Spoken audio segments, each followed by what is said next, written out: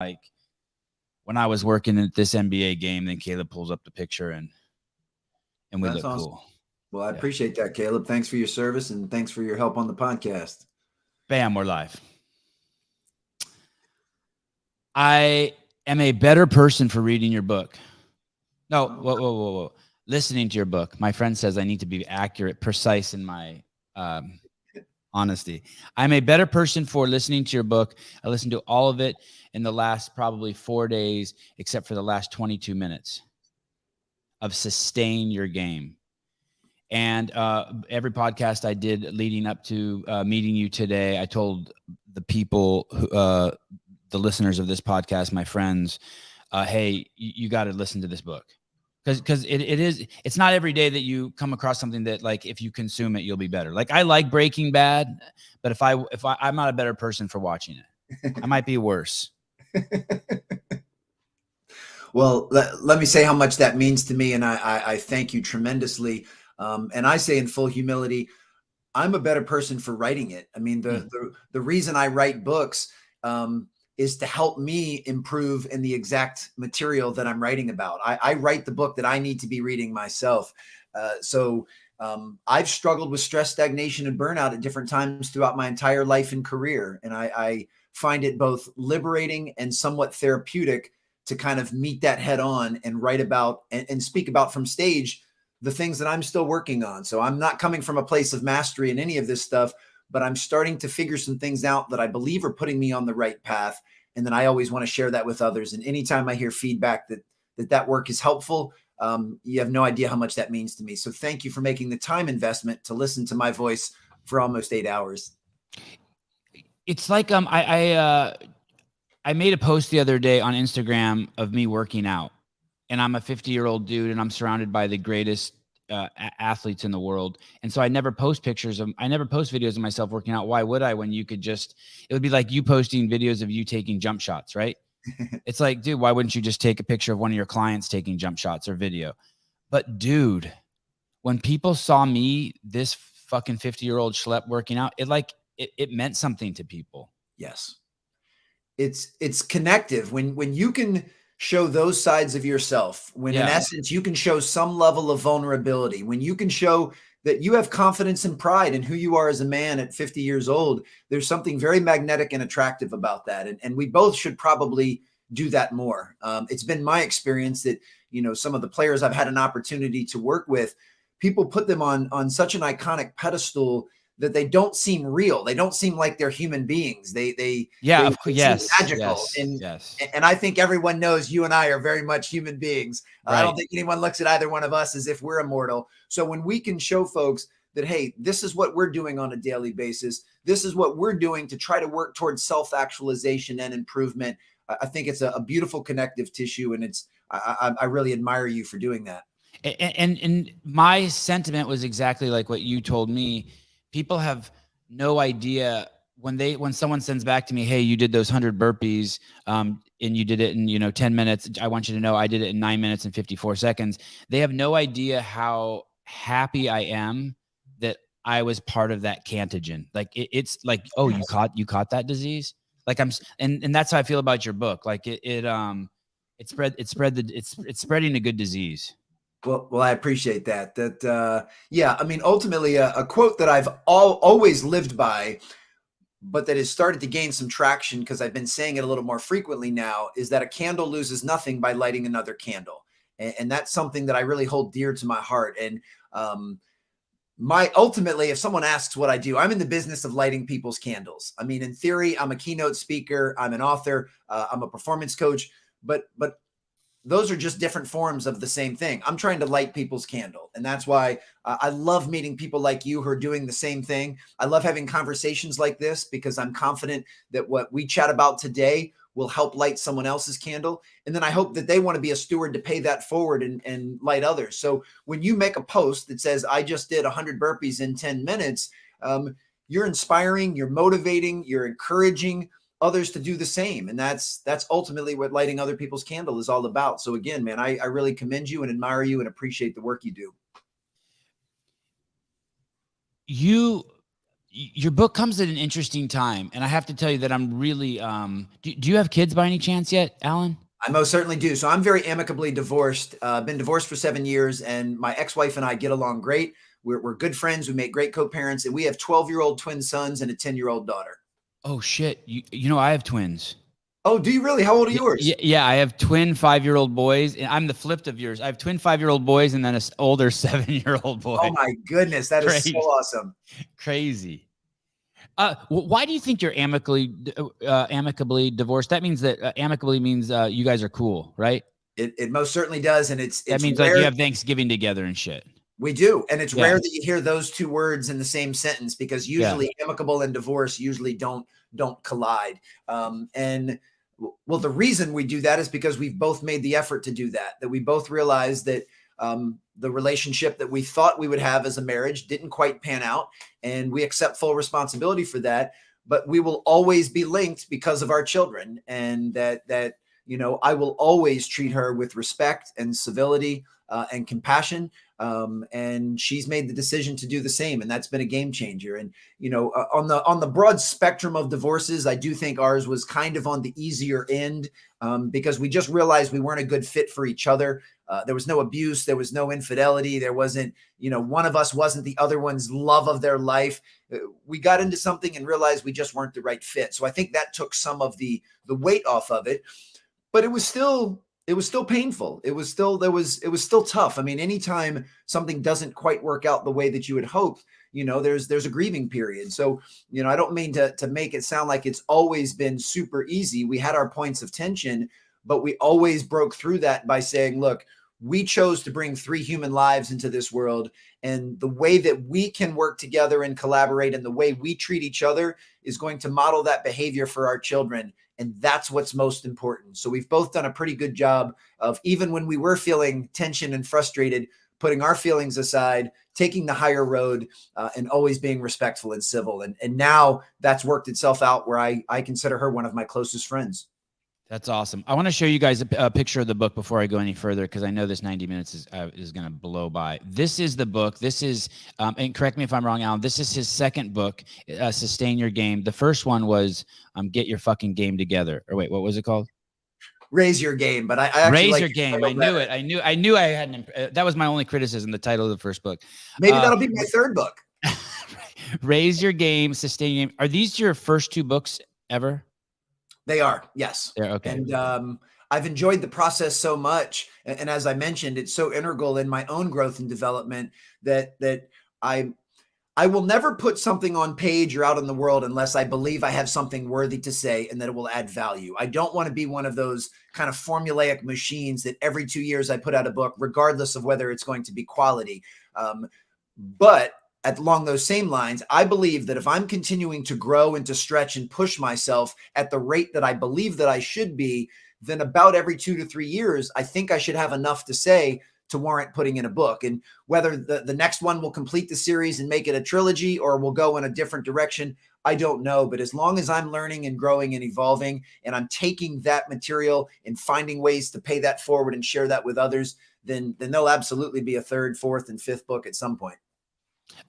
Caleb, can I bring you up for a second? Is that okay? No. Okay.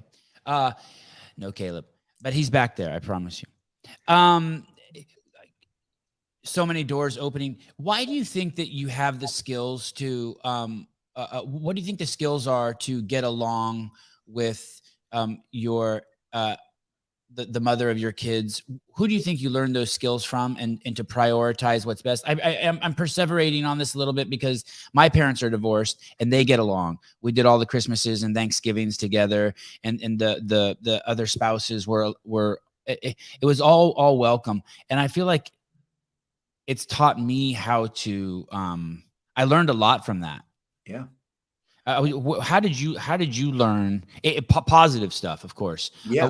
Do you know where that comes from? That, I mean, I absolutely do. Maturity, I guess, or a lack of self to put something else ahead of you. That's part of it. See, we're the reverse. So my parents have been married for almost 50 years, still to this day, and her parents have been married for 50 years. So divorce was very foreign to both of us, and that's probably why it took a little longer for us to pull the trigger on the divorce, because we didn't even really consciously think it was an option because that hadn't been modeled for us. But the absolute game changer for me was when we started going in for some couples therapy and used our therapist as someone that could help kind of take some of the tension out of the air. I mean, as you can imagine, in the early stages of a breakup or separation or divorce, there's a lot of pointing fingers and blaming. And, I remember, very self-righteously going in there and saying, well, if she would do this, or if she would stop doing this, then our marriage would be better. And thankfully the therapist, I mean, she put me on blast and said, you don't need to worry about what she's doing or not doing. You got enough stuff on your side of the fence that you can focus on. And I'm very thankful that I had the humility to listen to her, because there were previous times in my life that I would have not gone that path. I mean, I say this with full affection because I've reconciled with my previous self, but in my younger years, I was very unaware. I was very selfish.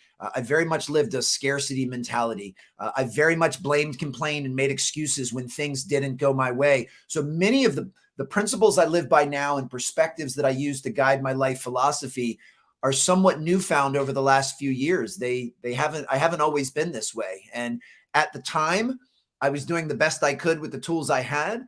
I just didn't have very many tools or very good tools. So the therapist was the one that said, look, you two got into this marriage, and now you two need to navigate a way out of this marriage, and you need to do so in a way that's going to be setting the example for your children. I mean, that was really the big impetus, was making sure that we were still providing through a co-parenting relationship unconditional love, and that for our children. So the therapist really got me straight. I mean, I went every week for a couple of years, and she served me plenty of pieces of humble pie and got me to realize that I had a major role, as did my ex, on how this was going to play out. And that if we decided to be selfish and we decided to blame and complain and make excuses, that this could be very tenuous and could have a very negative effect on our children, or we could take the high road. And so I'm a huge fan of therapy. I still see a therapist regularly now because I believe it helps me.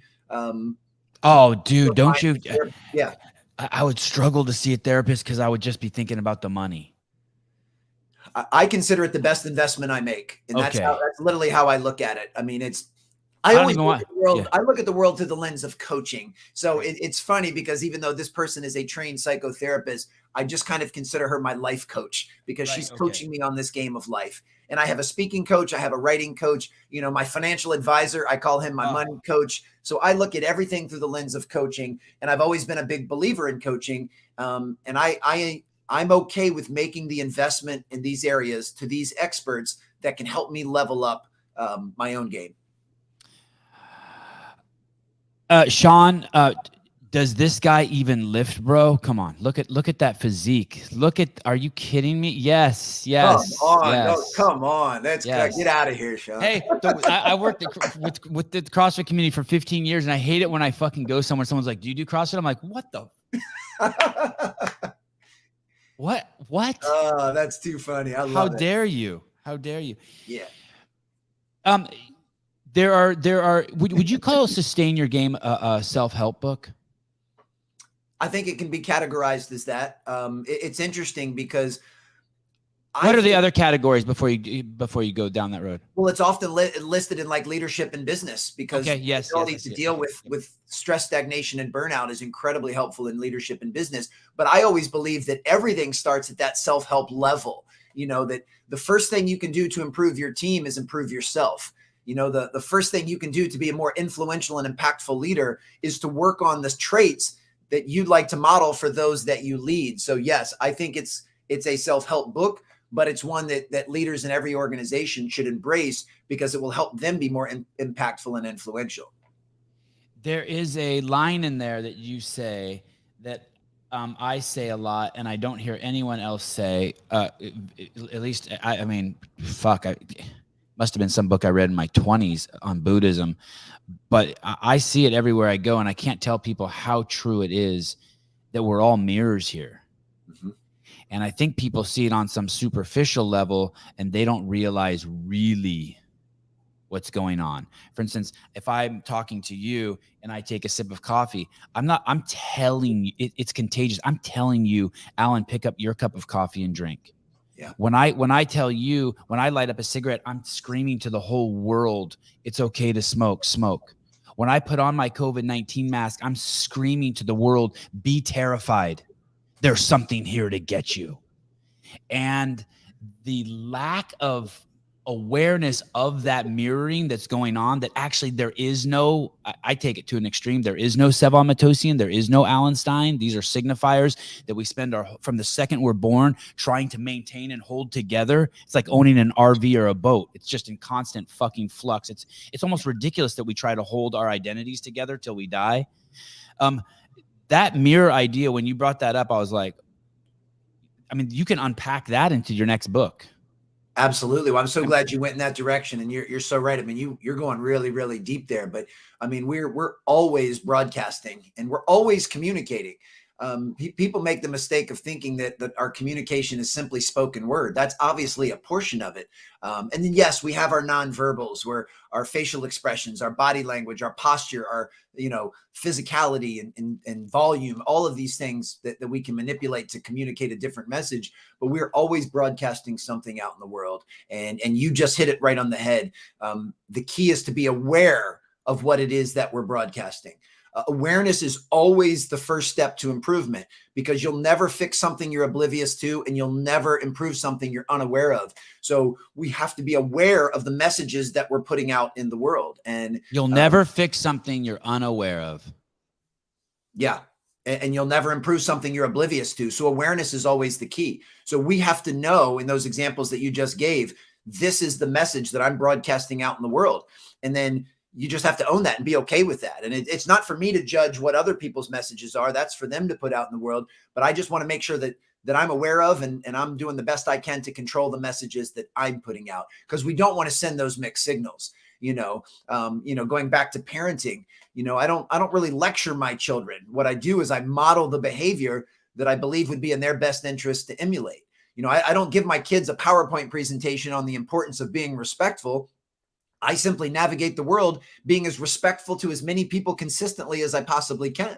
And along those lines, I'm fallible. I'm flawed. I'm a human being. I'm not batting 1,000, and I'll never be perfect. So when you lecture them sometimes, I knew it. Well, when I do make a mistake, I lean into that and I let my kids know I messed up here. I should have done this differently. I could have said this differently, but I own it. I'm not blaming, complaining, making excuses, or deflecting. This is an opportunity for me to grow. It's a repetition for me to learn from this and to move forward. So none of this is about perfection. To me, it's all about incremental progress. And can we stop worrying about where we are in the moment and focus more on the direction at which we're headed?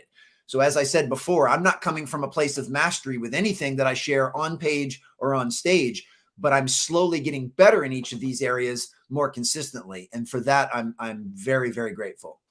That is the hard part. I had someone on recently. So I have a strong stance on added sugar. Very strong stance on added sugar. I think that added sugar is at the core. The added sugar and both parents not being involved in kids' lives, I think, is the strongest correlate for everything. Going to prison, getting cancer, being overweight, not knowing how to read, anything, all of it, type 2 diabetes, Alzheimer's, those are the correlates. There's no skin color. That shit's all bullshit. Like,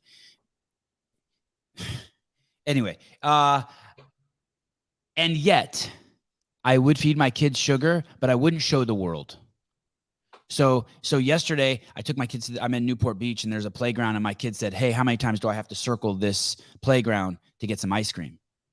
And I said, 5 times. And it's like a mile and a fucking half. And they all did it. And I'm like, wow.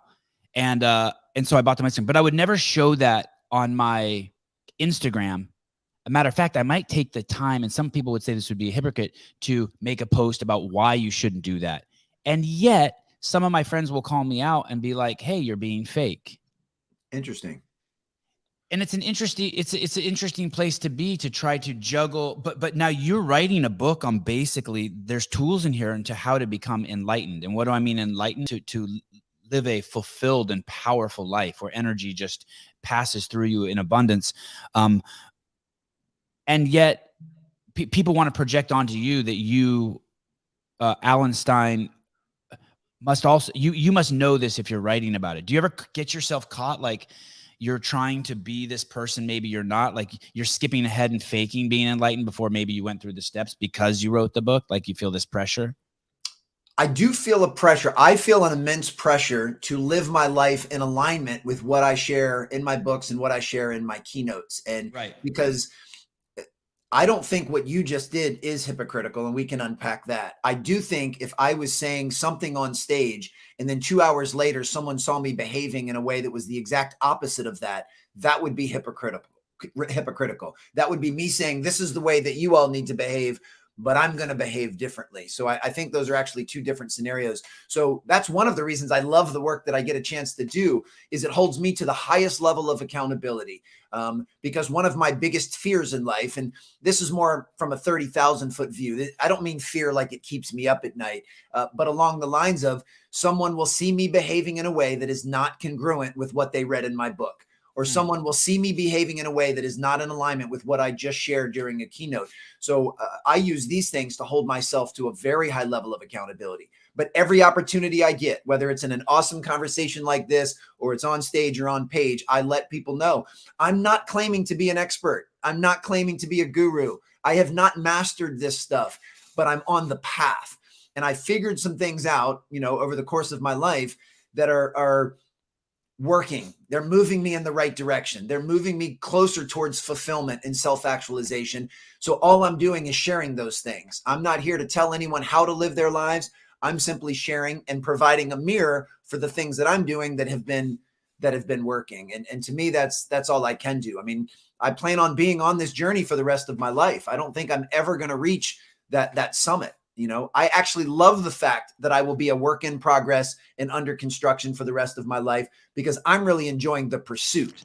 I'm enjoying the process. I'm not too concerned with the end destination. And I'm going to make plenty of mistakes. But can I learn from them? Can I make amends when appropriate? And then can I move to the next play? So I also don't want to keep living in the past. I want to make sure that I'm constantly going in the direction that I'm aiming for. Where were you born? Here, right outside of Washington, D.C., in a suburb of Maryland, which is where I currently reside. And your parents were school teachers? They were. Yeah. My mom was a first grade teacher for 30 years. My father started as a teacher and then became an administrator and a middle school principal. But they both did that for 30 years. They retired 20 years ago and moved down to Myrtle Beach, South Carolina. Interesting. And how old are you? I'm 46. I'll be 47 in January. And how are your parents processing the state of the world now, especially being school teachers? Are they tripping, or are they just like, yeah, fuck, we went through Vietnam, like this is just, the world's a chaotic place? Yeah, I mean, they can certainly recognize. I mean, my parents are both in their mid 70s, and they can recognize just the unbelievable cataclysm of change that we've experienced over the last, couple of years in particular, but over the last few decades, and how much the world has changed. I mean, they've been retired for 20 years. So, when they were in the throes of being teachers, there wasn't the internet, there wasn't social media. There's so many things that have changed with young people, and so they have, and as do I, a tremendous amount of empathy and compassion for teachers. They understood that when certain areas, and our area here in DC was incredibly strict and rigid during the pandemic. I mean, my kids did virtual schooling for a year and a half, almost 2 years. Sorry. Yeah, but we had empathy and compassion for the teachers. We understood that wasn't their decision. That was what someone was telling them they had to do. And, it's hard enough to keep the attention of 30 young people when you're in person in a classroom. Imagine trying to do that via technology and screens and virtual. I mean, it was really hard. So the pandemic, when they decided to do things virtually, it was really hard for the teachers. It was really hard for the kids themselves. It was really hard for the parents, especially working parents who now have young kids that have to stay home to do school. I mean, the whole thing was a mess. And, when you can step aside and view it that way, hopefully it levels up your empathy and compassion that everybody's kind of struggling with this, that this is no one's preference. And I think that was kind of their view on it. Someone said this to me recently. I wish I could remember who, but it was a guest I had on the show, that we have to remember each person's on their own journey. And even if they're like way off from our perspective, and they're just like plowing in the wrong direction, even if it's to self-hurt, it's their journey. You know who it was? It was Sean Zimmer. Do you know who that is? I don't know. He's a freedom fighter out of Canada. Okay. He's basically one of these guys in Canada who's like, hey, I'm not going to wear the mask. I'm gonna hold the workouts in my backyard. Fuck you. Yep. And when the pandemic started, he was like the hyper masculine man. Like let's fight the government.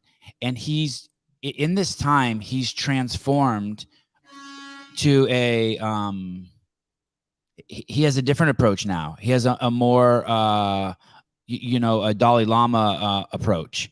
His is more, you know what I mean? Like, or a Taoist approach. Sit in the center and let those who are on their own path, do as they do. It's kind of like what you're saying. Be the example you want to be, and don't stop lecturing people. Yeah. Well, to that point, I'm so glad you brought that up. I look forward to learning more about him and his approach and some of the changes he's made. It's so polar, right? Before it was I'll beat the fuck out of you. Now it's like, brother, be blessed on your journey. Yeah. Well, similar to that, mine, I used to very easily fall to the temptation of making judgments about others, even though I had very limited information, and then making assumptions about others based on those judgments. And what I've tried how I feel about LeBron, we'll get to that. Like how I feel about what I've tried to rewire myself to do now, and some people think this is naive, but it's actually been a construct that I found very helpful. I make the assumption that every single human being walking the planet is doing the best they can with their level of awareness and the tools that they have. And when I see someone doing something that maybe I consider foolish or ridiculous, they're doing it because they don't have the awareness and they don't have the tools. They're still doing the best they can. And that's all that I'm trying to do in this life. I don't have all of the answers either. I'm trying to do the best I can with what I have, where I am.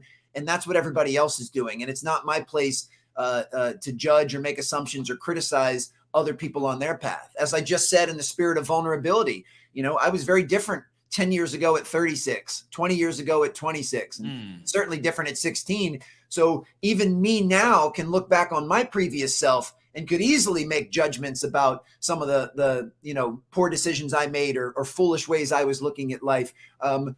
But at that time, I was doing the best I could. And that's all I'm doing now. And if I come back 5 or 10 years later and join you again on this podcast and we have another conversation, I'm hoping I will have evolved even further then. And I'll be able to look at some of the things that I'm doing presently as kind of archaic, and that I've leveled up from there. So I want to make sure that I'm giving people the benefit of the doubt that they're doing the best that they can. And I also recognize that I see the world through a very tainted, and biased lens, based on where I grew up, based on, just think of, you and I are approximately the same age, but just think how different we are, that if we grew up on different coasts, and you said you were raised by amicably divorced parents, I was raised by 2 married parents.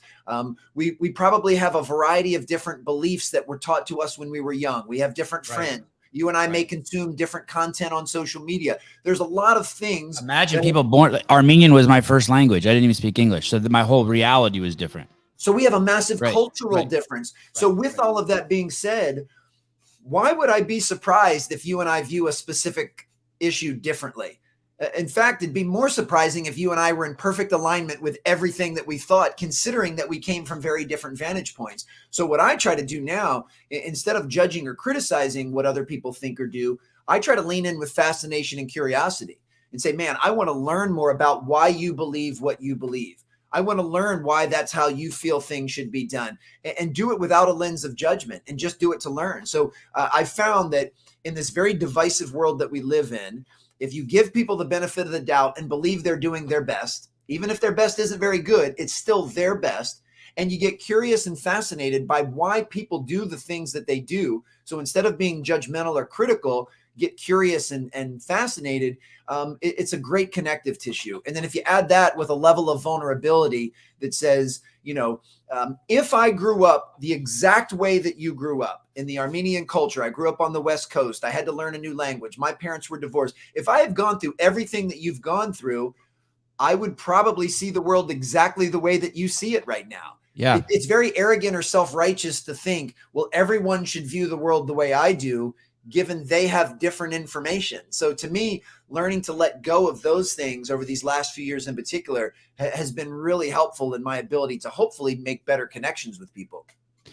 I've read that in some book too, you know, as a young aspiring maybe Buddhist in my 20s, if everything that happened to that person over there had happened to you, you would be that person. And when you look at these fucking crazy characters like Hitler, you're like, holy fuck. If everything that would have happened to Sevan Matosian that happened to Hitler, he'd be fucking Hitler. And it's like, what the fuck? Like these are not comfortable places to go, but hopefully from there is empathy, like you're saying, or compassion, or something that, you know, allows some sort of evolution.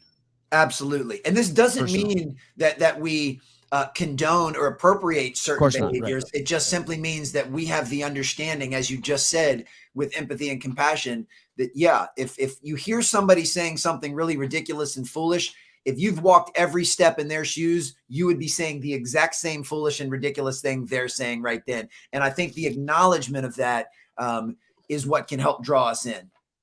I would like to propose an idea to you. Please. You just used the word cultural.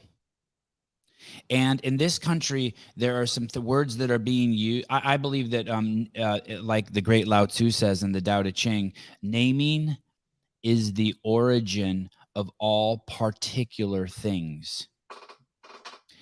And so in the most superficial sense, I point to a chair and I call it a chair, and now you and I both see that this is a chair. I pick it up and I break it over some dude's head, and I'm like, this is the ultimate weapon. I mean, like this thing that I exercise with, that's a mace. I spent fucking $60 on it because someone told me it's a piece of exercise equipment. How dumb am I? I know this thing's made for fucking slaying fucking bears. But you know what I mean? Or CrossFitters will buy anything that's heavy. Look, here's a specially designed rock for $800 that will make you strong. I mean, yeah, thank you. The Tao that can be told is not the eternal Tao. The name that can be named is not the eternal name. The unnameable is the eternally real. Now, here we go. Naming is the origin of all particular things. When good. I see people refer to, they say, hey, you should have diversity in gender and in race. I hear I hear that's a sleeping person talking. It's an ignorant sleeping person talking. And here's why. They're using race to categorize the world is fucking insane. I've filmed movies in 100 different countries. I've filmed famine on 3 different continents. I've been on continents and I've, you know, spent months and months on end in Africa, in China, in India, in South America, and Central America. There is no cultural similarity that screams out at you between the melanated people of the United States and the melanated people of the African continent. So when we say, like when a company says, hey, we should hire someone, we need a gay black guy who's under 4'7" to get someone. To me, it is the most horrible way to look at life. If you want to hire someone based on some cultural significance that they can bring, I want to hire a guy who worked in India in a town that was only 1 square mile but had 30 million people, because I think he brings an understanding to impacted work environments. I get it. But to call all black people the same based on their skin color and say we need to hire someone by their race is, I don't know what the fuck has happened to this world. I want all those people who say that, I want to send them to Africa and be like, you're telling me that because of the skin color, you think that these two people are culturally the same? The Armenians in Armenia are nothing like the fucking Armenians in Beirut, Lebanon. They're nothing like each other. We don't even speak the same language. Right. And I'm struggling with that. Not struggling with it. I'm invigorated by it to plant my flag there and unfuck people. And then also the word gender. I have no issue with the word gender, but I'm 50 years old and I don't have a gender. I have a sex. It's not, I dress my boys in, and I talk about this endlessly on the show. I dress my boys in girls, black tights, and what Mexicans call affectionately wife beaters, because that's what Baryshnikov dressed as. And my mom thought Baryshnikov was a fucking stud. But my friends think I'm trying to be progressive Berkeley kid. That's where I was born. And like try to embrace like dressing them like girls. Fuck that. That's a fucking, so there's all of these, when you said that word cultural, I'm like, that's, and another thing is gender's in the imagination and sex is in this outside world. And so when I see these things, there he is in his girl's Amazon leggings. When I and people are like, you need to cut their hair. People think they're girls. I don't care. People thought I was a girl until I was 12. Who gives a fuck? Let them deal with that shit. Make them.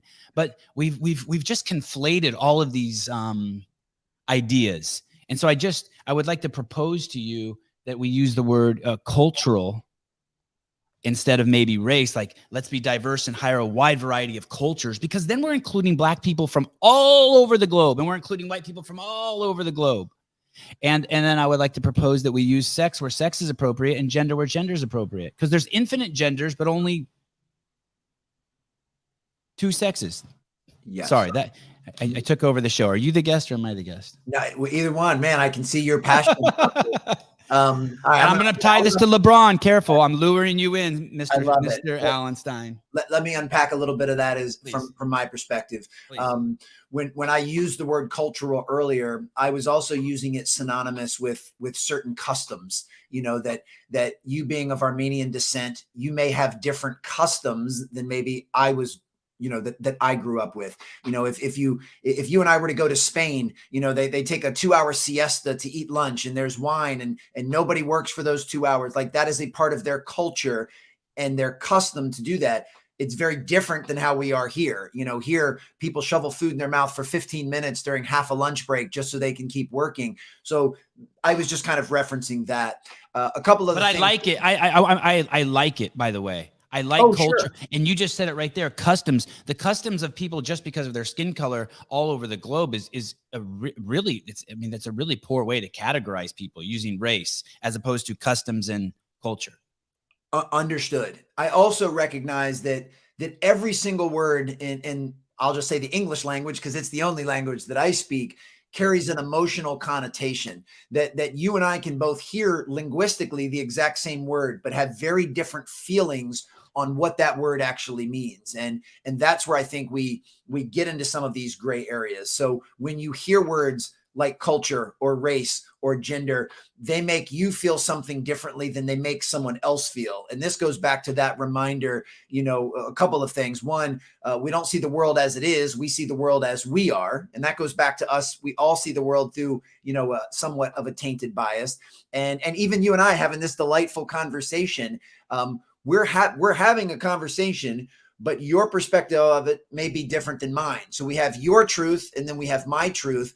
Neither one of us knows or can see the absolute truth, but we're seeing it through our own lens. I'm with you that we should be incredibly embracing of a variety of different cultures and customs, because ultimately when I hear the word diversity, it all comes down to diversity of thought and diversity of perspective.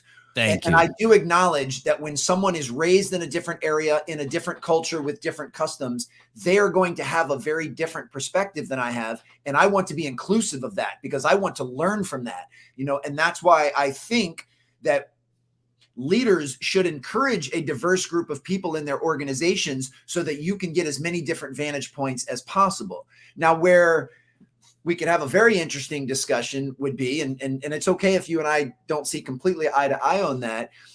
Do I believe that an African-American that grew up here in the United States would have a different view of things than I would have? Like, would they see the world differently based on how they were treated because of their skin color? And my guess would be there's a good chance that is true. It's not the only reason that they would see the world differently, but it could be a reason that the way they've interacted and navigated this world based on their skin color and the way people have treated them, they probably see things differently than I do and the way that I've navigated it with my skin color. But where we have to be careful, and this is what I think you said so brilliantly, we can't just make that automatic assumption. We can't just categorize and say that everyone that is of this skin color or everyone that is of this gender, then we're being very confining. We're boxing people in. So I know for me, I want to surround myself with as many diverse perspectives and opinions as I can.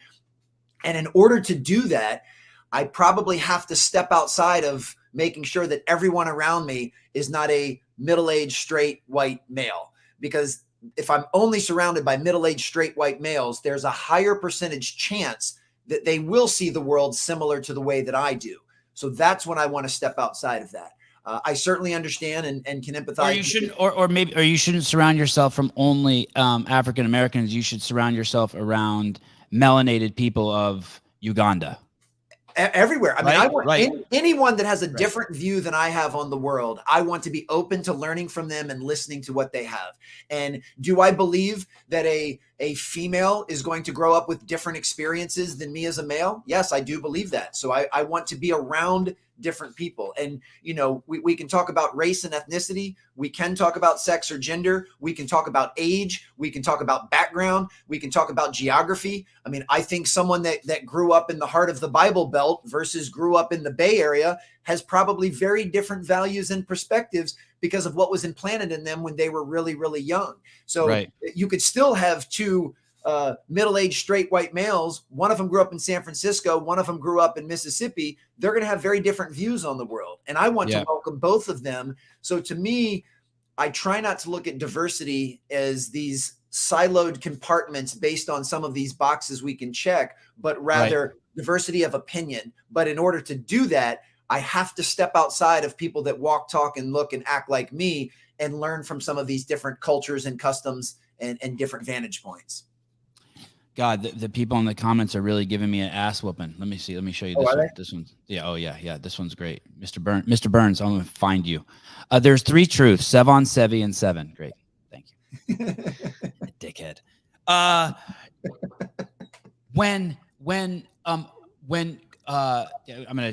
We're making a hard left here. You ready? When Michael Jordan jumps in the air and pumps his arm and he has his tongue out, as the viewer, I'm guessing that's not planned. That's he doesn't practice that like he practices his jump shot. That's a kind of an explosion of energy. Like it's the bullet after it leaves the gun. Mm-hmm.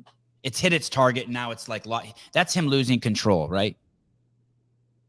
He has a moment to like let off steam, right?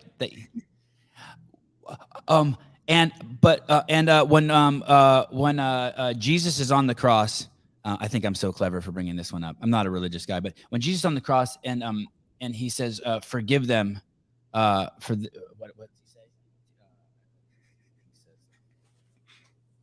He says something. So, Father, forgive them, for they know not what they do. He wasn't like, when they put me up on the cross, I'm dropping this bomb. It just came out of him.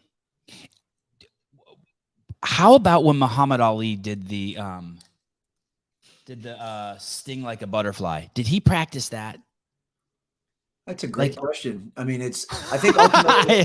Well, thank you. Finally, 43 minutes in, and I got you to finally say it. Thank you. I think what we're trying to figure out is, I think some of the examples you're using, I don't think these things are premeditated. I don't think they're formulaic. I think they are an accumulation of all of the preparation and everything that's come before that, and then their ability to just simply be present and let things flow through them, whether it's something that's said, spoken word, or something like Michael Jordan's tongue. My guess would be, I don't know the answer to that. I mean, I do know that Muhammad Ali leaned into and embraced the showmanship of being a boxer. He understood that it was more than just being good with your hands in the ring, that he almost created a character, if you will, that he knew would create that type of hype. But he was, very eloquently spoken, and he has so many really amazing one-liners and things that he said and incredible sound bites. Yeah, I don't know if that one was something he had practiced and rehearsed, or if it just kind of came out of him in the moment. It's a good question. Or do you remember when Conor McGregor won his second belt? I don't know if you're a UFC fan. Yeah. And he said there was he walks up there and he's got the mic and he says something along the lines, "I was in the back starting a lot of fights. I've been talking shit to a lot of people. I talked to shit to Dana. And I just want to say that I apologize to absolutely nobody." You know, Well, you know what? Here's is that planned? Well, it can also be a little bit of both. You know, I'm a huge fan and student of stand-up comedy. Like, I love stand-up comedy. Certainly, I like to laugh, but as a keynote speaker, as a professional orator, I believe that stand-up comedy is one of the purest and rawest forms of spoken word, and I'm fascinated, by that craft. And a couple of things. One, the best stand-up comedians in the world make something on stage that appears to be spontaneous and impromptu, but they have actually practiced that and rehearsed that to the point that that's the reason it looks that way. You know, you think that they accidentally tripped over the chord and then made a joke about it, and that just happened in the moment, but they actually practiced that and set that up because that was part of the joke. And same thing with hecklers. You know, I think most stand-up comedians have several responses to hecklers ready in their holster. Oh. And then when someone says something, they just riff on it real quick. It appears they just came up with it in the moment, but they have this mental Rolodex of comebacks that if someone says this, I'm going to zing them with this. If someone How about Will Smith? How about Will Smith? Was that premeditated?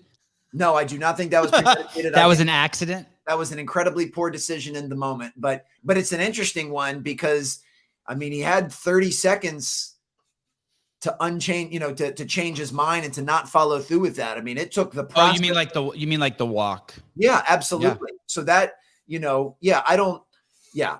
that one is a fascinating one because there was a little bit of time in between those things. But what if it was planned? What if it was on purpose? And I don't have an opinion on it either way. If I had to bet $1 million, I would side with you. I would say it wasn't planned. But if it was planned, it would be kind of cool. Like, on April Fool's one time, my wife told me she was pregnant and she kept me going for 30 minutes. And it was like I was on a free acid trip without the brain damage. I was like, I had to restructure my whole life for fucking 30 minutes. She goes, I'm just joking. Oh, that's like, hilarious. Yeah, it was amazing. It was like, how many times in life do you get to go back? Yeah, I got to go back 30 minutes. Yeah, that was actually. I got to not have a kid for a second. It was crazy. That was nice of her to let you off the hook in 30 minutes. She could have kept that ruse going the entire day. Or 9 months. Yeah.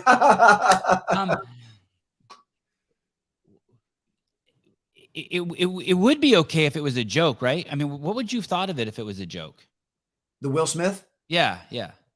I mean, when I did not watch it live, I don't watch those shows. The next morning when I saw it, a clip of it, my first reaction was I did think it was staged. I mean, I just, there wasn't a world, there wasn't a reality where I could conceptualize Will Smith, who for the most part has been incredibly affable and likable, has been Mr. All-American, has, love his movies. Absolutely. And to the best of my knowledge, has had an impeccable reputation for having really good judgment. I could not conceptualize a reality where he would do something like that. But then the more that I started seeing clips and hearing some commentary on it, realized that, yeah, that was just something that he did in the moment. But, Chris Rock, how about how he handled it? Well, that was the other thing. He handled it with such a level of poise. That was the other reason that I kind of thought it was staged, because part of me thought, he would have turned around and swung right back if that was real. But that speaks to his level of poise and composure and what a stand-up guy he is. And, the real interesting part, I think, of this discussion is around forgetting and forgiveness. If we can acknowledge that prior to that, Will Smith has had an impeccable reputation, and then he has a really awful lapse of judgment. Look, what should be the societal consequence of that? Obviously there are immediate consequences. He's barred from the academy for a certain number of years and so forth. I'm sure for a couple of years, casting agents and directors aren't going to want to touch him because of the way society feels. But on what level do we allow people to make mistakes, allow them to make amends and learn from them, and then do we move on? Like, should he have a scarlet letter on his chest for the rest of his life? Or should we as a society say, hey, man, you did a really dumb thing. You acknowledge that it's dumb, and you're hopefully not going to do that again. And so who knows? I find these type of things fascinating. I think we live in a society, this cancel culture society, though, that loves to keep looking backwards and saying, hey, you said that on Twitter 10 years ago. Well, yeah, I was a different man 10 years ago. Yeah. My beliefs have changed. I've grown. I've apologized for that. I don't say that thing anymore. I would like to see us be a little more forgiving and forgetful and give people space and grace to learn and grow and evolve. I mean, I'm thankful that the vast majority of really dumb things I said and really dumb things I did were prior to social media. So these things were never documented. But I have high empathy for people that are growing up now, like our children, where that is not the case. And I let my children know that, you know, if you put something online, it's going to have a digital footprint forever, and that could really haunt you. So, you know, have very high discernment and be very careful with what you choose to put out into the world. Going back to the Will Smith, Chris Rock thing. Yeah, I'm huge into to accepting people for who they are and letting them make amends. You know, like the friend who you catch stealing your bag of weed in college, or the people who don't pay you back thousands of dollars. It's on them. I don't lend them money again, but I don't have no hatred for you at all. Our friend, I played Frisbee with you for 4 years. Now I'm going to cancel the friendship because you didn't pay me back the $1,000 you owe me. Sorry. I've invested way too much Frisbee time with you to let it go. But if another thing is the way Will Smith hit him, like, if my wife gets angry at me and she hits me, her hit has like no follow through. She swings with a punch. She opens her hands and pulls back as it hits. It's like it feels good. And I was like, dude, her desire is so evident. There's no desire to do anything. Inflict harm. There was no desire. This is the guy that played fucking Ali. There was no desire to fucking hurt Chris Rock. And then on the other hand, and you talk about this in your book, Cultivating Awareness of Awareness, Chris Rock's line. The book is called Sustain Your Game, by the way. It's his second book, and you can read it without reading the first book, although I am going to go back and read the first book now, Raise Your Game. Chris Rock says, I was just slapped by Will Smith. Like we got to hear his inner voice. And I was like, this is fucking amazing. Yeah. It was like a moment of, I just loved it. I just loved that he said that. Well, so here's no, me too. And here's where my mind goes. This goes back to something I said previously about the fact that we have very little information on what's going on the other side of the fence. Yet we try to make judgments and assumptions based on that. You know, we have no idea what had been brewing in Will Smith's mind or life leading up to that exact moment. You know, we have no idea the exact state of his marriage, you know, where he and Jada in kind of a difficult spot. You know, we have no idea. Now we know what we read in headlines and we know what the paparazzi tells us, but we don't actually know what was going on. And, you know, for a guy that has been that likable and affable for his entire career, you know, there can be some deep-seated pain and insecurity inside, and it just reached this boiling point. And what I thought was a fairly innocuous comment that folks in those positions make certainly didn't warrant what happened, but that could have been the proverbial straw that broke the camel's back. And in that moment, he thought that was the best resolution. You know, it's very easy for all of us sitting in the cheap seats to go, whoa, that was not the best decision. That was not the best resolution. But that goes back to people are doing the best they can with what they have. In that moment, I think that's he felt I need to defend my wife's honor, and this is the best way to do it. And yeah, I mean, I think it was an incredibly poor decision. I think there are going to be consequences he's going to have to pay for that. But I just know that there's so much that happens behind the curtain during the unseen hours that leads us to that point. And that's the part where I think we should always have some additional empathy, compassion, forgiveness when people make bad decisions. It doesn't, and this is not condoning poor behavior. And this is not saying that people should not have to pay consequences for bad behavior. I mean, I'm not that Pollyanna where I think everyone should always be in a circle holding hands and singing. But I think as a society, we skew too far in one direction of not allowing forgiveness, not allowing for growth. You know, I still like Will Smith. I'll still watch his previous movies. I hope that someone gives him a chance to get back on there. And I like Chris Rock even. I still like Will Smith, and I like Chris Rock even more for how he handled it. Agreed, 100%. He took the opportunity and made the best of it. But his stock grew. Yeah. understand. I'd let Will Smith smack me like that to, I don't know, Yeah. put on like another 100 YouTube subscribers. Well, even, and the other interesting part, I mean, think of how many people have been critical of the Academy in general for saying he went on stage and slapped Chris Rock, and then you let him go back to his seat and finish watching the awards.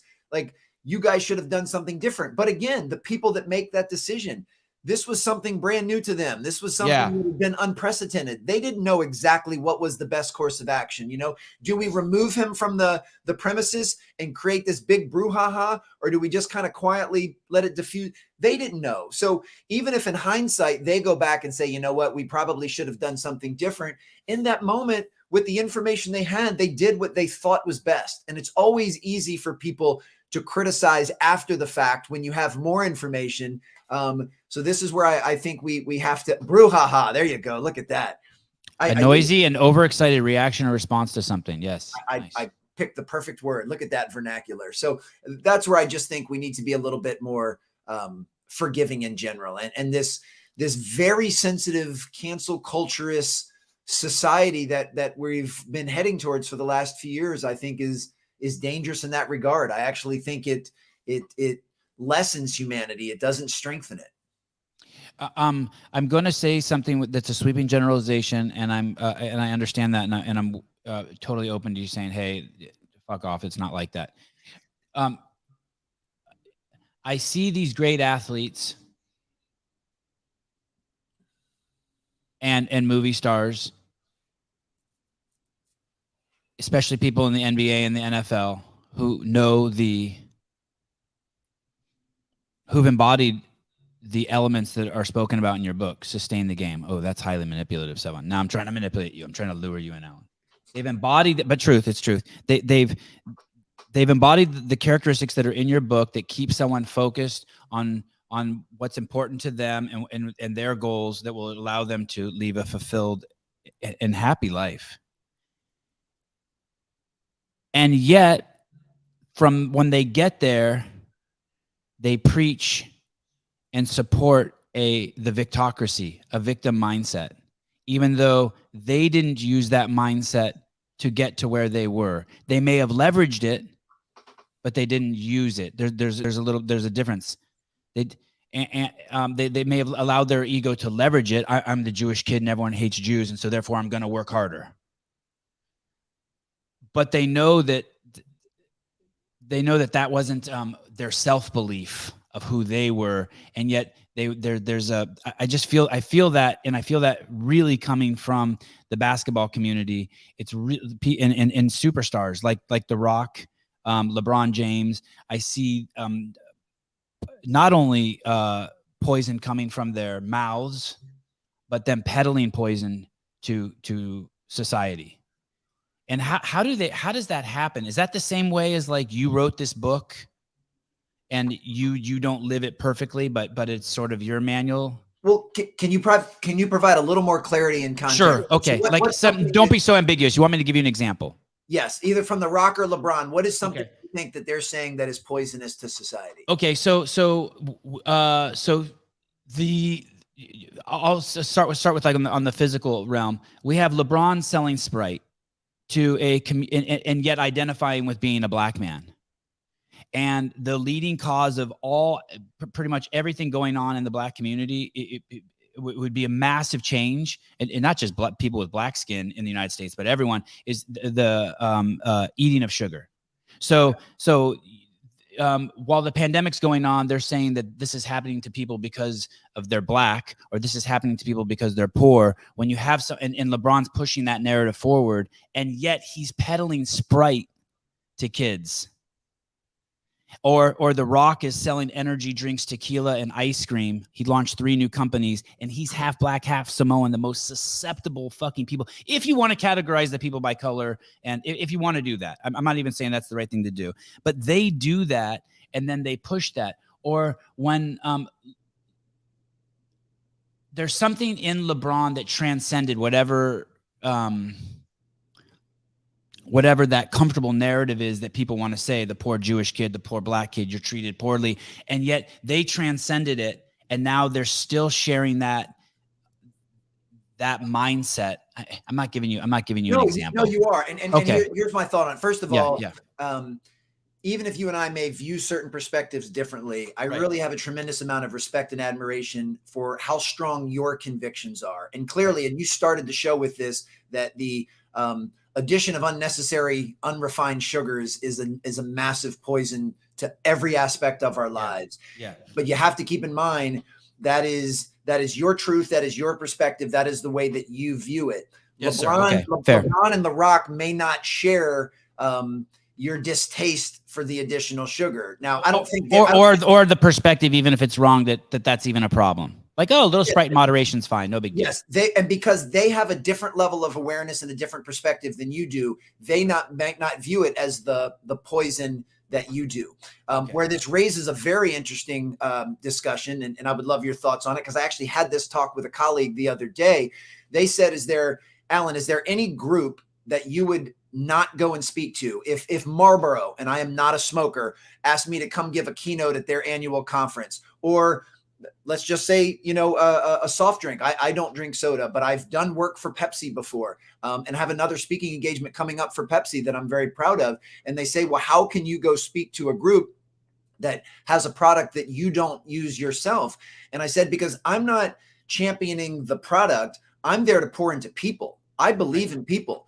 And I've met people that do work at Pepsi that are some of the best human beings that I've ever met. And I'm there to support them and empower them and give them the tools to lead a better life. So I'm not judging someone based on what it is they sell or the products that they use. So for me, I can take a step back and say, everyone has the right to make their own choice. And if someone chooses to smoke cigarettes or chooses to drink soda, that is their right. And I'm not in any position to judge or criticize them. I may abstain from certain things, and that's my right as well. So I think from a holistic view, in my perspective, LeBron is not selling his soul saying, I know this is poisoning the world, but it's allowing me to put an extra $20 million in my bank account. I don't believe that's his perspective. I don't know that he views that through the same lens that you do, if that makes sense. Right, totally. And the Williams sisters the same way, pushing McDonald's. But here's so when I was working at CrossFit Inc. in the early days, we signed a $350 million deal. I think that's about what it was, with a company called Reebok, the shoe guys. Of course. And they, within a month of, let's say, of signing that deal with them, they released a shoe saying that this shoe would make your butt get in better shape because of the way the sole was shaped. I'm wearing, and the owner of wearing those shoes right now. And show me your butt. And the owner of CrossFit, Greg Glassman, said, "You guys are fucking idiots for doing that. What a fucking lie." And Reebok got angry. And here the slimming shoes, yes. And the owners of Reebok got angry, and the executives. And Greg goes, "Hey, dude, you didn't buy. No one can buy my mouth to keep my mouth shut. Nobody. I will take money from fucking Marlboro, but you won't. But I will also, with one hand, take your money, and then the other hand, tell you this shit will kill you. There's no amount of money you can pay me to not tell the truth." And I really, I admire that. I think I'm just adding another perspective. What you're saying, I think it's okay for you to go speak to Pepsi. I would go speak to Pepsi. Yeah, and I don't judge you for drinking Pepsi. And I'm not against. I believe in free markets. Pepsi should sell. Like, fuck, sell the shit out of it. Get rich. So, but on one hand, I see LeBron and these other people trying to be like these Black Lives Matter and these bastions and beacons of light and give direction, while on the other hand, poisoning the fertile ground that needs love and nurturing. And I'm just, how do they reconcile that? Well, no, and this is fascinating. I'm actually excited. We're diving into this and going in this direction. What I think is often underplayed, and we'll just use LeBron as an example, because I do have some personal experience with the people that have been around him and him. He is very philanthropic, and does a tremendous amount of good with the money that he earns. I mean, he's not just stacking millions just for the scoreboard. I mean, he opened up a school. He does a tremendous amount of good. Now, I'm not saying that gives you carte blanche to do anything and say anything that you want. But I mean, you're talking about someone that, you know, makes good on that. He does well so that he can provide good for a lot of people. Right. It's very similar. You know, I always found the Lance Armstrong situation very interesting. I mean, you know, people hate him with a tremendous vitriol because he lied, and that according to them, he cheated and so forth. But that same guy that lied and cheated has also raised billions of dollars for cancer research. I mean, he is no question, he has saved lives doing behavior that other people have kind of admonished. So some of these things can coexist at the same time. The other thing I'd say with the gentleman you mentioned from they do, brother, right? Yeah. Oh, absolutely. Yeah. Well, and the gentleman that you mentioned from CrossFit, where I would just make one slight change and maybe he views it differently, basically says, you know, no one can pay me enough money to not say the truth I don't think is accurate. No one can pay me enough money that I don't say my truth, because his truth is not everyone else's truth. Him saying that those shoes that you just put up are ugly or don't work is his truth, because clearly someone disagrees with that. And that's where I think we always have to remember that the way we see the world is not the way everyone else sees it. And as I've said, I can't say enough. I've done a few different things with the folks at Pepsi. I'm excited for this event coming up. They are phenomenal people. They're some of the best leaders I've ever been around. They are passionate about the work that they do. And that's the reason that I do that. So I'm all about championing human beings. And I also realize that I can have, going back to the amicable divorce, I can have a respectful civil discussion with someone that views things very differently than I do. And to me, that's the fun part. So I think you raise a very interesting point. But my guess would be, and it's purely speculative, the way LeBron views what it is that, as you said, he's peddling, he views that very differently than the way you view what it is that he's peddling. And that's probably why there could be a slight disconnect. When you, what was the thought that, when you wrote this book, do you remember the original thought that caused the book to start being written? Sustain your game. Yeah. Well, sorry, no. Let me go back even further. Sorry. Raise your game. Let's go with the first book. Do you remember, and how old were you? And any details you can give to your earliest memories of the birth of the book? So Raise Your Game came out in January of 2019. So it's almost 4 years old. And it took about 1.5 years of a writing process, and signed the deal about 6 months before that. So it inception started around 2017, mid 2017, which not coincidentally was when I had just left the basketball training space to become a full-time professional keynote speaker in the corporate space. And the original seed to write a book had been planted probably 20 years prior, because I'm a voracious reader and I have so much reverence and respect for books and for authors. I could list a handful of books that I read them and I fundamentally changed my perspective on life after reading them, and thought, my goodness, if I could ever put something out in the world that someone found helpful or useful, or gave them 1 or 2 nuggets that allowed them to move closer to the person they were trying to become, that would be a really cool thing to do. I mean, that's the epitome of a candle loses nothing by lighting another candle. So the seed to write a book has been around for a couple of decades. But when I made the leap from basketball to business, for the alliteration, I said, this is the time to do it, because I need to get clear on my thoughts. I need to organize my material. I need to figure out what one needs to do to raise their game, because that's what I'm trying to do as I've just entered this new space where I have no brand recognition, no experience. I've never had a corporate job in my entire life. So I thought, all right, I need to organize all of the principles that I've learned through these elite athletes that I'm going to share with folks in the business world, but they're going to be the same principles that I'm going to use to guide my life and guide my career as a keynote speaker. So that was the reason for writing it. And then, on the heels of that, I started to recognize that while many things overlap, there are some nuanced differences between the proverbial climb and then actually sustaining excellence for long periods of time and working towards fulfillment. So that was when I felt there was a need for a second book. And it became clear to me that the 3 things that undermine our ability to perform long-term and undermine our joy and fulfillment are stress, stagnation, and burnout. And those are three things that I've wrestled with my entire life. So it became clear those were going to be the focal points of the new book.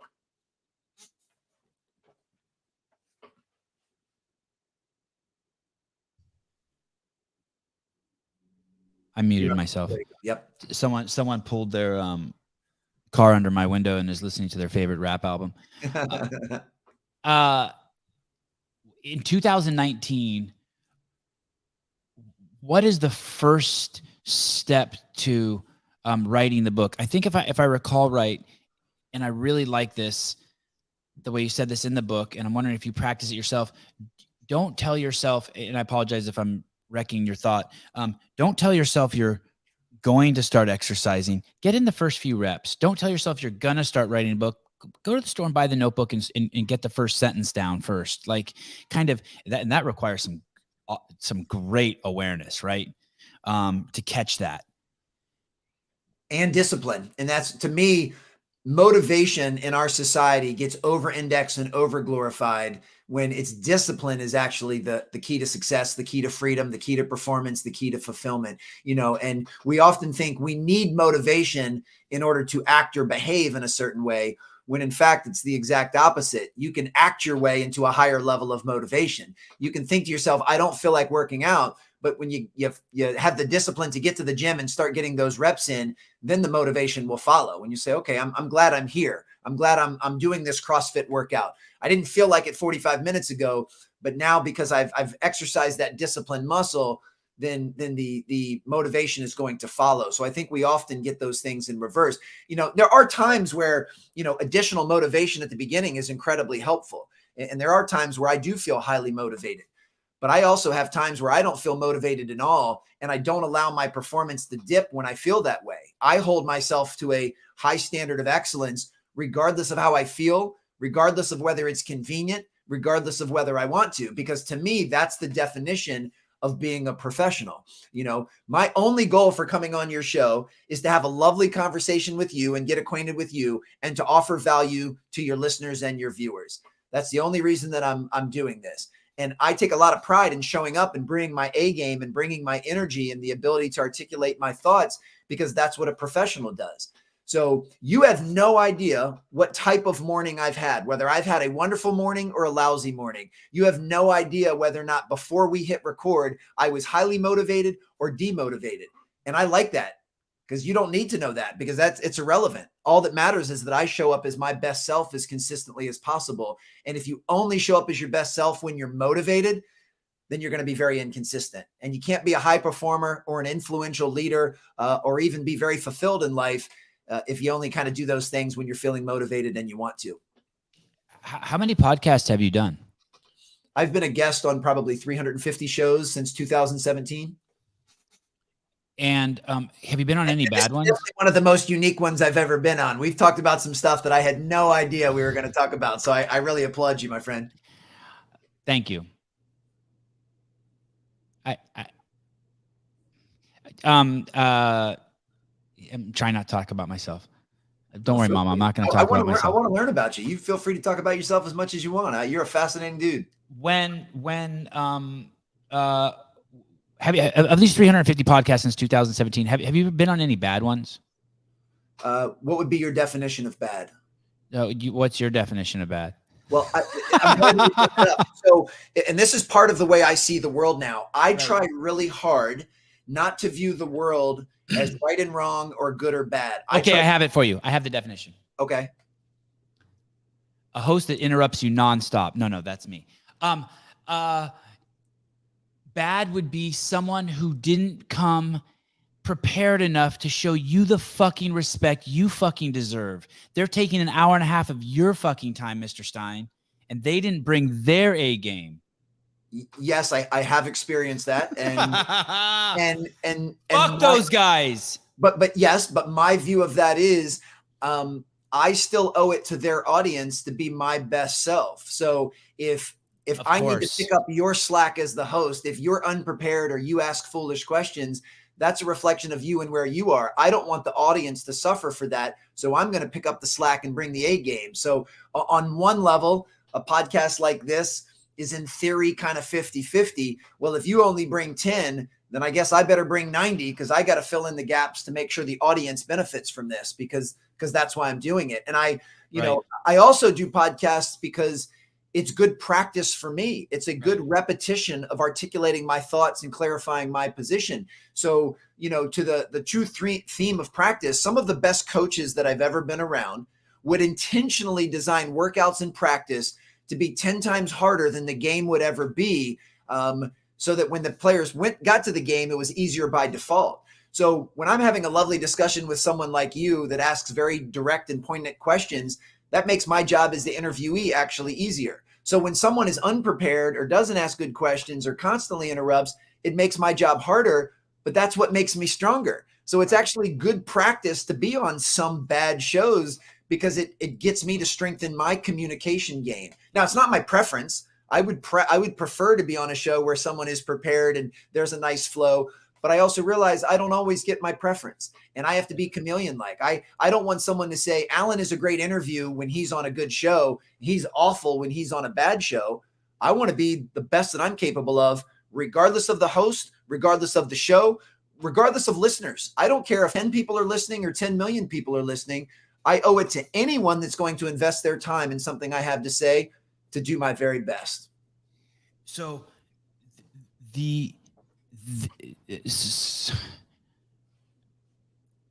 I'm definitely I never had listened to a podcast. Now that I do this podcast, I listen to a shitload of podcasts because if you didn't have a book and you were coming on the show, what I would do is I would just go listen to other podcasts that you were on and start just like, if you said something, then I would just be like, okay, how can I go deeper? And I would just start taking notes of stuff you've said before and kind of go that way. Yep. And then similar to you, I'm very curious about people's history and their parents and where they were born and what kind of bike they rode as a kid and shit like that. So there's always a shitload of shit to mine there, right? Ton of information to mine there. But you're the only guest of the 500 shows I've done in the last year that I've had on where it was I received a cold email from someone saying, hey, this book has come out. Do you want to have this guest on? And I'm thinking to myself, part of me is like, holy fuck, you can't just put someone in front of me who doesn't know who I am and who's not armed.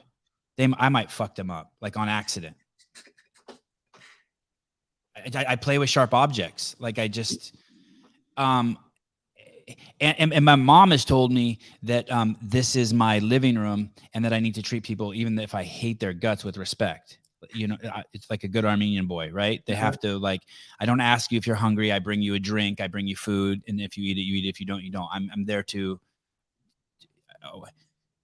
old school to make sure that, treat you like, and maybe in the Buddhist nature to treat everyone you meet like they're God, right?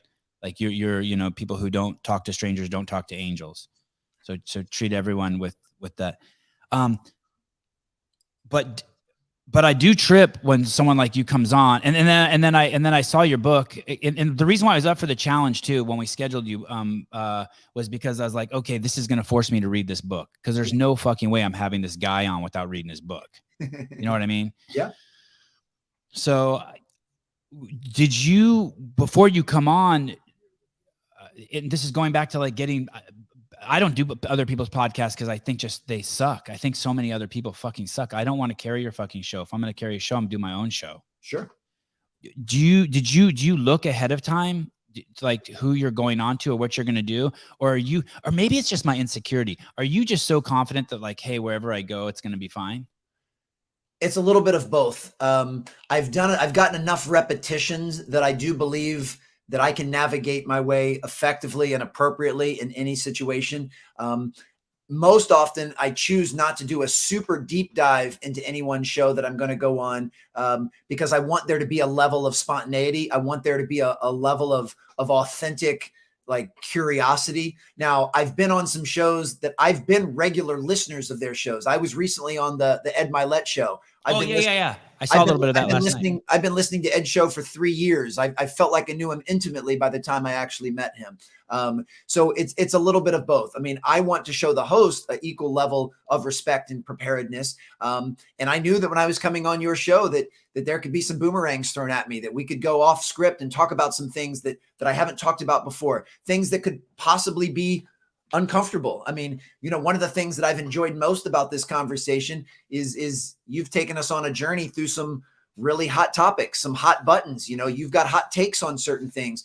And I like that. That is different because, as you can probably imagine, of the 350 shows I've been on, probably 300 of them ask very similar questions in a very similar way. And my answers could end up being very formulaic and robotic. So the fact that we've talked about some other stuff is great. But I also recognize there's a slight edge and danger to that if you say something highly controversial and now we are inextricably linked because I'm on your show, that's something that could, come back on me. But that's okay. I'm not looking to live a perfect life. I'm looking to meet really fascinating, interesting people like you, learn from them, and then do my best to share my perspective to add value to any audience they have. So this has been a lot of fun. I'm so glad that we made this work.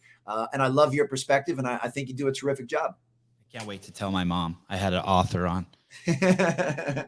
I do have the notes here in case the conversation were to get dry. Like I have your book outlined here to be like, okay, ask him about that story about the time he met so-and-so, tell him to tell. So it's kind of, and it's my crutch. Yeah, of course. And it's my crutch, and I have it over here, and I just keep. Doesn't look like we've needed it yet. We've just had a great conversation. I keep pretending. Did you go to college? I did. I played basketball down. It was Elon College at the time. It's now Elon University down in Burlington, North Carolina. So I grew up in the DC area from 94 to 98, played basketball down at Elon. And then I moved back to where I live now, which is where I grew up in 99. And I've been here since. And how tall are you? I'm 6'1". It's funny. A lot of people that meet me in person think they're surprised I'm as tall as I am, because as you can see in the pictures behind me, most of the pictures I'm in, the guys are 6'8", 6'9", 6'10". So I look really short in the pictures. I met someone at an event yesterday and they're like, I thought you were going to be 5'6" or 5'7". I'm 6'1". So I guess, but obviously I still need to hit the gym harder, since the very first comment we got says, does this guy even lift? So you can let him know that as soon as this episode's over, I'm going to do some push-ups and some pull-ups. You have to understand, us CrossFitters, we think that everyone else sucks. Like you guys are, if you're not doing what we're doing, you suck. I'm 6'1", 190 pounds. Like I've got fairly low body fat. Like I'm okay. I'm not Dwayne The Rock Johnson or LeBron James, but I get it in. God, LeBron has such an amazing physique. Yeah. What a beautiful man. Yeah. And why did you get into basketball? Did your dad wanted you to play, or mom? No, it was the first sport my parents signed me up for when I was in kindergarten. I was 5 years old and I immediately fell in love. And throughout my youth, I played a variety of different sports. I mean, I've done everything from martial arts, which is why I love seeing your son in that clip there. I did martial arts, BMX biking, skateboarding, but also played football, soccer, baseball, basketball. But basketball was always my favorite, and I always kept coming back to it. You did some weird ass martial art. What was it called? Tang Sudo. It's kind of a derivative of Taekwondo, which is more people are familiar with Taekwondo. Yeah. Okay. And what would you say? So my kids are. I wanted to throw this out there really quick, by the way. Sure. Just totally offbeat, and then I'll get back to what we're talking about. The greatest kids, the correlate that I see amongst kids in my small sample, the two things that I see of the greatest people I'm meeting, they're homeschooled, which is fascinating to me because I only thought weirdos were homeschooled. And the 15-year-old kid who got his first cell phone. Wow. The longer it takes for them to get their first cell phone, and the homeschooled kids, like I haven't met one kid where I'm like, every single kid I ask him, I'm like, holy fuck, this kid makes eye contact. He shakes hands. He's present. What's up? Where'd you go to school? I was homeschooled. Oh, okay. Well, I want you to teach my kid how to skateboard. Can I get your phone number, your parents' number? I don't have a cell phone. How old are you? 14. Oh, when do you get it? Oh, when I'm 15, 16. It's like this. It's crazy. That's very fascinating. When we were kids, Alan, we would come home from school and open the dictionary and look and try to find a bad word. Do you remember that? Parents aren't home and you're like, oh, the fuck's not in there, but bitch is in there. And the definition sucks. It's like a dog or something. You're like, it's not what I wanted. Oh but, my God. But now think what they can do. Yeah. Well, I think it's what makes, oh my God, it's what makes parenting so challenging to come up with these decisions and these landmarks. And I know that's one of the hardest parts that my ex and I, we try and navigate with our children. Yeah. Not you can ask Alexa. My 7-year-old and 5-year-old can ask Alexa anything. Yep. I had to explain to them yesterday. They're like, where is she? I'm like, she's not, it's not a person. They're like, what do you mean it's not a person? I'm like, she doesn't have a vagina. No vagina. They're like, what? It's AI. That's how I had to explain it to them. That's a pretty like, visceral way to explain it for sure. Yeah. It's not a woman. I could change her voice. We could call her John. We could call him John. Well, this is where I actually think folks in our age demographic are fortunate because, you know, the first half of my life was with no technology, no cell phone. I mean, I had an Atari and eventually a Nintendo, but started with a big bulb television with 3 channels and not 24-hour programming. So I understand what it's like to be there. And I also understand what it's like now because I'm, you know, doing this from a MacBook. I have all sorts of technology. I've got my iPhone, you know, and so I think we're very fortunate where we can kind of straddle both. You know, if you're God, you sound old. God, you sound old, Alan. Well, I hate to break it to you. We kind of are. We're at least moving in that direction. But if we were on the 80-year-old end, we might be less likely to embrace technology. And if you're on the 8-year-old end, the only thing you know is technology. So I think you and I are kind of in the sweet spot where we can have an appreciation with both. Sevan, you remember spelling boobs with a calculator? I do. We all know you did that for sure. Alan, when you played Atari, did you take the rubber thing off the top and just play with the white stick underneath? No, I think I keep the rubber thing on. What was the advantage of taking it off? Better dexterity? I had better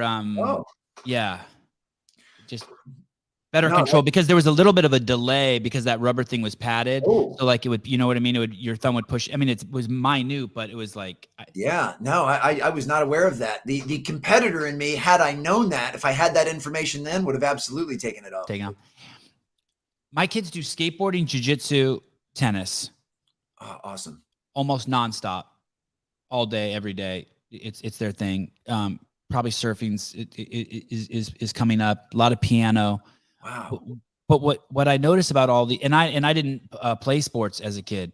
I was the, you know, when I grew up in high school and they were picking the teams, all the boys would get picked and then some of the girls and then me. Like I was the funny chubby kid. I hated sweating. I didn't like discomfort. If we were taking the presidential fitness exam, I would let you guys lap me and then I'd run in with you and get a good time. Like I really, I didn't get my first pull up. I had to do the test with the girls, the flex arm hang. Yep. And what disservice am I doing my child by only having him in individual sports? There's no team sports. Yeah, it's funny that you said that because as you were mentioning that was what I thought of. I mean, ultimately, I would let your children and what they want to do guide them. If they're getting tremendous fulfillment and they love the self accountability of only doing an individual sport, I don't think there's anything wrong with that. I would say, hey, if you guys ever have a desire to try soccer or volleyball or basketball or football or whatever, you know, it being a part of something bigger than yourself and being a part of something where you have to rely on other people as well is just a new and different experience. And it might be one that you really enjoy, or it might be one that says, no, I'm going to go back to just being completely self-reliant. You know, I mean, when you want to become a good pianist, the more time and effort you put into playing the piano, the better you'll be. But if you want to be good at basketball, you have to learn how to play with 4 other players and you have to learn how to pass and catch. So it's just a different dynamic. That was where I'm fortunate. You know, when I look back on my childhood, I did an equal mix of both. And then I ended up preferring the team sports. I ended up liking being a part of something bigger than myself and where I could work on my development, but I would use it to try to make everyone else around me better. But I think everybody's a little bit different. I mean, you've got, you know, LeBron James, one of the best athletes of all time, but then you have Tiger Woods, also one of the best athletes of all time. And he obviously gravitated towards individual sports, LeBron went towards team sports. So I don't think there's a right answer. I would let your children's what it is that they want to do kind of guide that direction. Did you read Range? I sure did. I loved it. David Epstein. What was the Caleb? Do you remember the other book I read that I was tripping on for a long time? It was Range was outstanding. Range was one of those books that kind of was different than I was expecting, but it made some really, really, really good points. And I kind of changed my philosophy on certain things after reading it. Was it Outliers? Outliers by Malcolm Gladwell? No, it was something more recent. I read about that book, I feel like 20 years ago. But there was another book I was reading Range, and then someone else said, hey, you should read this too. Alan, was Range the book where the kid had to play ping pong in a small shed, and so his reflexes got faster than the kids who played in the big shed? That may have been Range. I mean, I know the entire premise was to try and do a lot of different things and learn and develop skills in a variety of different ways before you decide to specialize. And the book opened comparing a Roger Federer to Tiger Woods. Federer played all sports. Yes. His mom was a tennis coach, and he was a naughty tennis player, wouldn't follow any of the rules, whereas Tiger Woods at 5 years old got a golf club and doing a golf club, golfing. And yeah, that's Range. Yeah. And just to let you know, I have another call coming up in 2 minutes. Are we almost, because I blocked off 90 minutes. Are we almost good? We're done. As much as I would love to stay and keep chopping it up with both of you. You guys are so amazing. I'm having a TikTok superstar on in 30 minutes, so fuck you. Get off my show. There you go. You guys Alan, are amazing. You are amazing. Thanks for taking the journey with me. If there's ever anything I can do for you, I sent you my phone number. Yes. If you have, I'm going to read your first book again. You guys, the names of the two books are Raise Your Game, and Sustain Your Game. And the author is Alan Stein. Brother, thank you. Thank you guys so much. This was so much fun. Appreciate you guys. Cheers. Yep. Absolutely. Thanks, Alan. You got it, guys. Later. Later, dude. He's like, fuck you, 2 minutes. Fine, get off my show. Oh, are you we got Darian and Justin in 29 minutes. Yeah, my headphones broke, so I'm gonna have to go find some new ones, and then I should be able to come back on. Okay. Dude, that's a cool dude. I wanted to talk to him more about how he got to write the book. I want to be inspired to put down some of my thoughts in a book. Didn't you write them stuff one time, and now it's just hidden away in a closet somewhere? I wrote a screenplay, 5 years to Fornication, the 5 years it took me of courtship from right. And then I wrote 2 books on how to grow marijuana under the name Seymour Buds. Is that still being sold? I had to find it one time. I think it is. My wife wrote a children's book, which is fucking awesome. Breathing with Lily. She just had the artwork redone. You know who redid the artwork? The guy, he's a flow master for CrossFit. Zach Forrest? No, good guess. Oh. Zach. How the hell do I not remember Zach? Zach lives near me too. Zach. There's all these cool people that live near me that have amazing kids who I wish I could get my kids together with his kids. Zach. Is this your book? Yes, that's my first book. Marijuana Buds for Less. Grow 8 ounces of marijuana. Yeah. It's on Amazon if anybody wants it. I had already quit smoking marijuana when I wrote that book. And look, did you see that? The first 2 words are this handy. This handy. It doesn't get better than that. Can you pull up my wife's book, Breathing with Lily? I want to see who the artist is. Zach, what the fuck? He's got 3 or 4 kids. He's got an awesome hippie wife. This guy's like one of the best movers. He's old school CrossFit. He might even be older than me. Breathing with Lily. It might be it might not be Haley Matosi. It might be Haley Parlin. Oh, yeah, there it is. Oh, and that's the old, okay, that's the old, with the old pictures, the old artist. What is Zach's name? Maybe my wife is listening to the show and she'll text me. Holy shit, I have 121 text messages. Oh.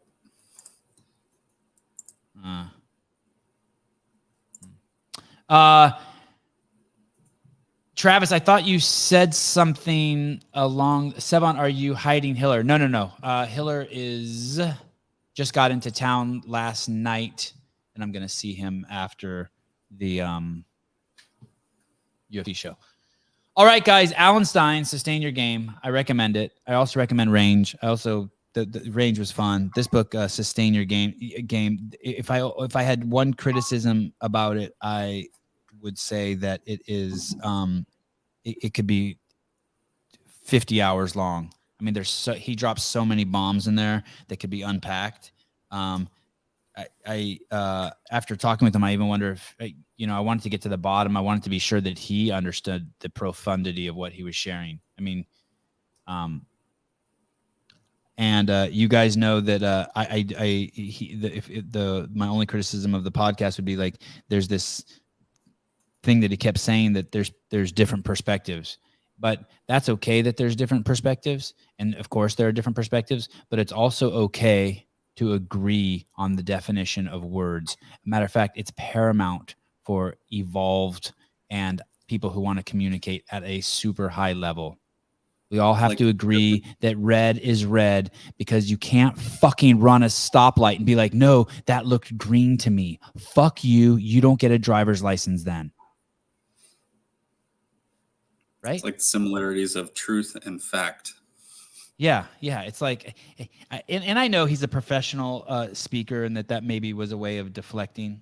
But there are some things we have to agree upon, and we can't be concerned about the 0.00001% that can't tell the difference between red and green. You just don't get a driver's license because you don't recognize red and you can't stop at the stoplight. Sorry. Same thing. You don't want a doctor who's like, well, that's just your perspective that's a man. No, you need your doctor to know what sex you are so he can perform the proper procedure. Okay. Love you guys. Different perspectives. Okay. I love you, Alan. Sorry. I don't want to take this down negative. I love you, Alan. You're great.